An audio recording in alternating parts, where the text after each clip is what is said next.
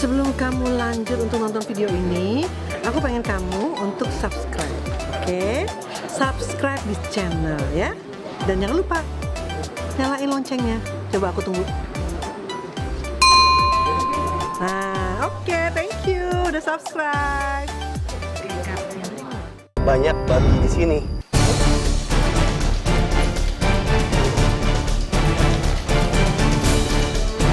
Ya, dia dapat berdiri 1 meter. Yes!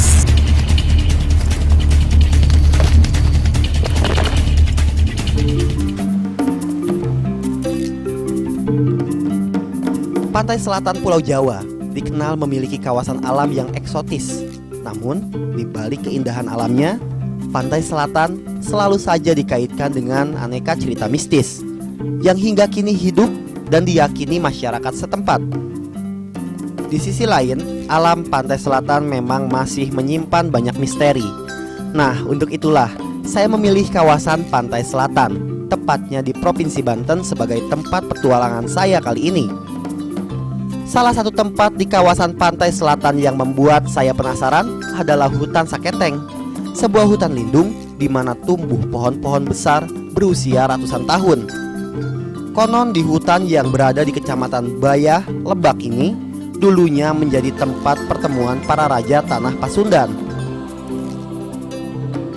Makanya hingga saat ini hutan Saketeng sangat disakralkan masyarakat pesisir selatan Pulau Jawa bagian barat.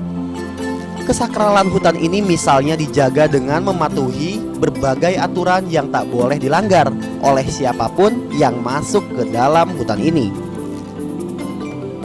Saya pun penasaran ingin memasuki lebatnya hutan Saketeng. Kali ini saya memilih menyusuri jalur sungai dengan menaiki perahu untuk menembus langsung ke jantung hutan Saketeng. Warga setempat menyatakan selain beresiko, jalur sungai yang saya akan lalui ini pun belum pernah dijelajahi oleh warga. Masyarakat di dekat kawasan hutan ini rupanya masih teguh memegang tradisi leluhur yang melarang menebang pohon di hutan Saketeng. Buktinya, pohon besar di hutan ini tumbuh rapat di sepanjang aliran sungai yang saya lalui. Sekarang Panji sedang menyusuri sungai yang ada di muara Saketeng. Rencananya nanti Panji akan masuk ke dalam hutan ini nih. Namanya hutan Saketeng juga. Wah, lihat betapa rapatnya hutan itu.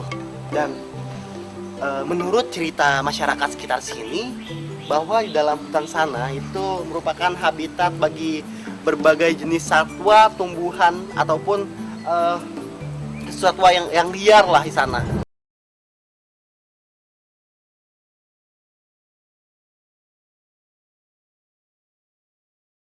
Tiba di tempat yang diyakini paling dekat dengan bagian tengah hutan. Nah, ini adalah jalur air. Jadi air hujan biasanya turun dari atas hutan sana ke bawah sini. Ini lewat jalur ini. Jadi jalur air seperti ini bisa kita manfaatkan untuk masuk ke dalam hutan. Oke, yuk. Pak, makasih Pak. Makasih Pak. Hutan Saketeng memang masih alami dan jarang terjamah manusia. Makanya, untuk menembus hutan ini sangat sulit. Di sini sinar matahari hanya muncul dari sela-sela dedaunan yang membentuk kanopi hutan. Kondisi seperti ini tentu menjadi tempat sempurna bagi kehidupan berbagai satwa liar.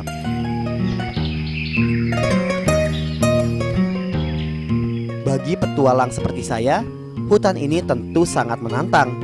Namun selama menjelajahi hutan ini, saya dituntut harus selalu berhati-hati.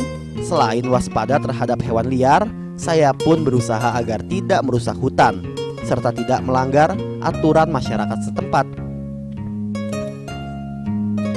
Jalur yang saya lewati di hutan Saketeng ini rupanya menjadi jalan bagi kawanan babi hutan pencari makan.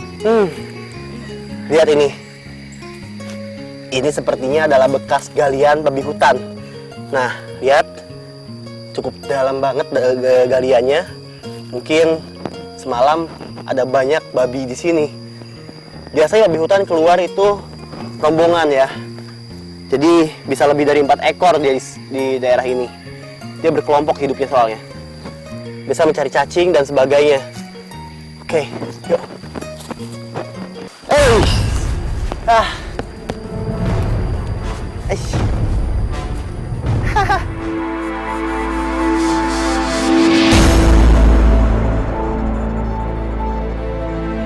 Perjalanan menembus jantung hutan Saketeng ternyata kian berat. Sinar matahari pun rupanya kian sukar menembus rapatnya dedaunan yang membalut hutan yang lebat. Kondisi hutan yang kurang cahaya membuat saya sukar melihat adanya satwa liar yang ada di hutan ini. Apalagi seperti katak ini yang pandai berkamuflase dengan alam. Lihat, ini ada seekor makanan bagi ular, yaitu katak pohon.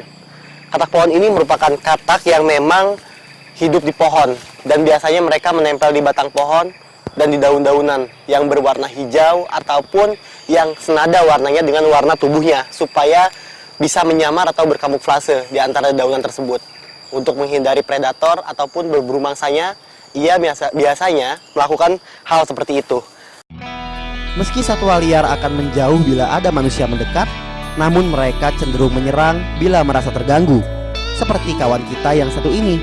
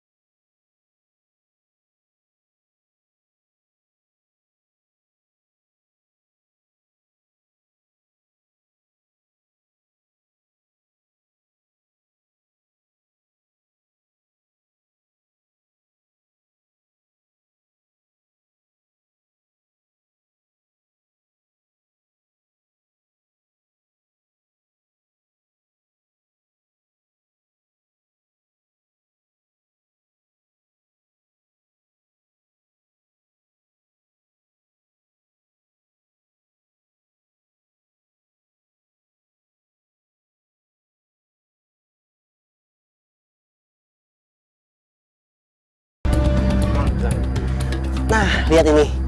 Di bagian belakang tubuhnya ada bekas luka, dan mungkin luka ini bekas cengkraman atau mungkin bekas gigitan predator.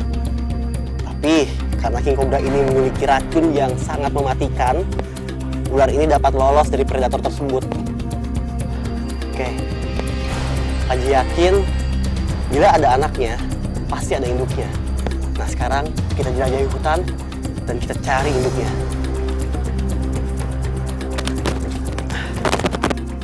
Bila merasa mendapat gangguan atau serangan, ular king cobra biasanya langsung membalasnya dengan serangan mematikan. Bagi saya, king cobra merupakan salah satu ular favorit saya. Selain penampilannya yang menyeramkan dan agresif, king cobra merupakan ular yang paling berbahaya. Bagi satwa liar, hutan Saketeng merupakan tempat sempurna. Selain menjadi tempat bersarang ideal, hutan ini menyediakan makanan melimpah bagi setiap jenis hewan.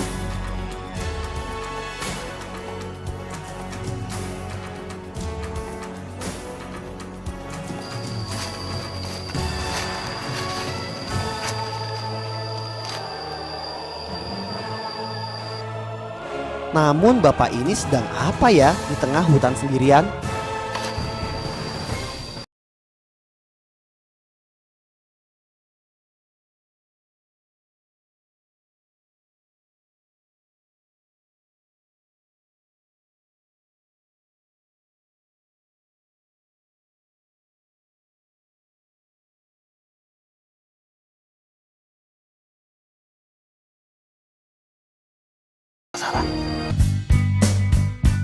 Setelah masuk ke kandang komodo dan harimau Sumatera, kali ini saya masuk ke kandang reptil. Weh, king cobra.